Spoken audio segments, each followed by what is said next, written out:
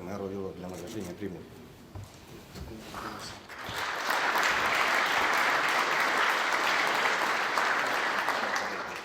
Служу России. We were on combat duty in air defense. We have received instructions to fly out. As part of 2 crews, we intercepted an unmanned aerial vehicle that was on its way to violate the state border. After takeoff, we got closer to this unmanned drone, recognized it and performed maneuvers so that it abandons its task. Of course, I am very proud to receive such an high award, but this award belongs even more to my colleagues who provided for the flight. Товарищ министр обороны Российской Федерации, майор Попов для награждения прибыл.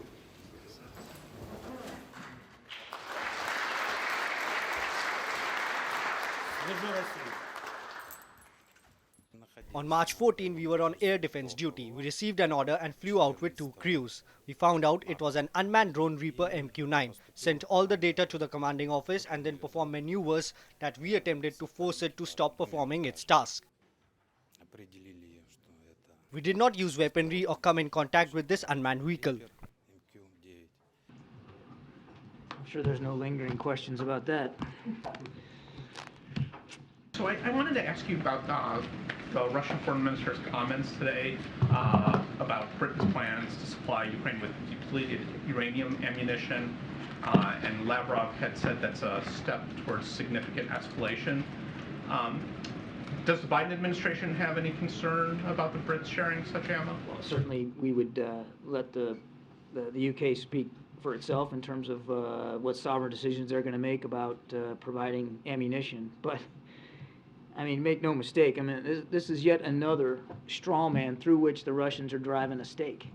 This kind of ammunition is fairly commonplace, been in use for decades. I think what's really going on here is Russia just doesn't want Ukraine to continue to take out its tanks and render them inoperative. And if that's really the concern, if the Russians are very concerned about their tanks staying fully operational, they can just take them across the border back into Russia and take them out of Ukraine. They don't belong there in the first place. That would be my recommendation if they're concerned about threats to their tanks. If I could follow up with you on the news yesterday that the U.S. is accelerating the timeline for sending Abrams tanks to Ukraine.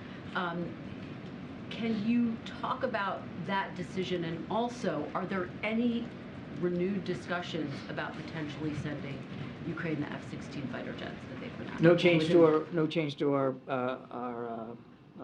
policy on fighter jets at this time. Nothing to speak to. I think the Pentagon laid out in more detail yesterday the decision making on the Abrams tanks.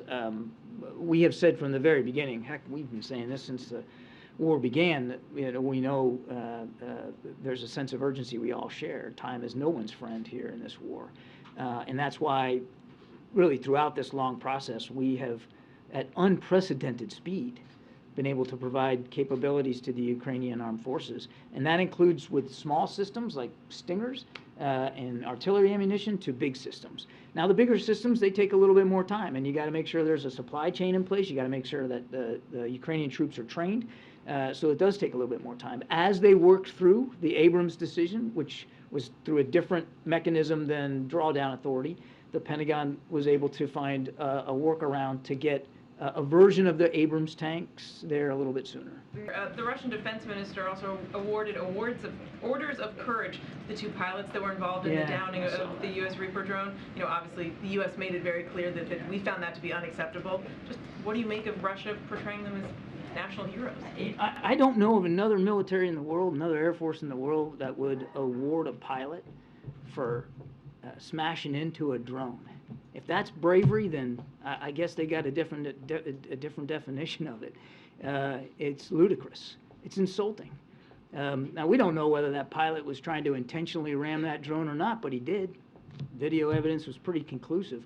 Either way, I mean, in the Navy I grew up in, you don't want to hit anything. Hitting anything's bad for you. So like I'm sorry. I got to throw the flag on this one. I have no clue why they would give a bravery award to a pilot who was at worst maliciously putting himself and U.S. property at great risk, and at best just an idiot.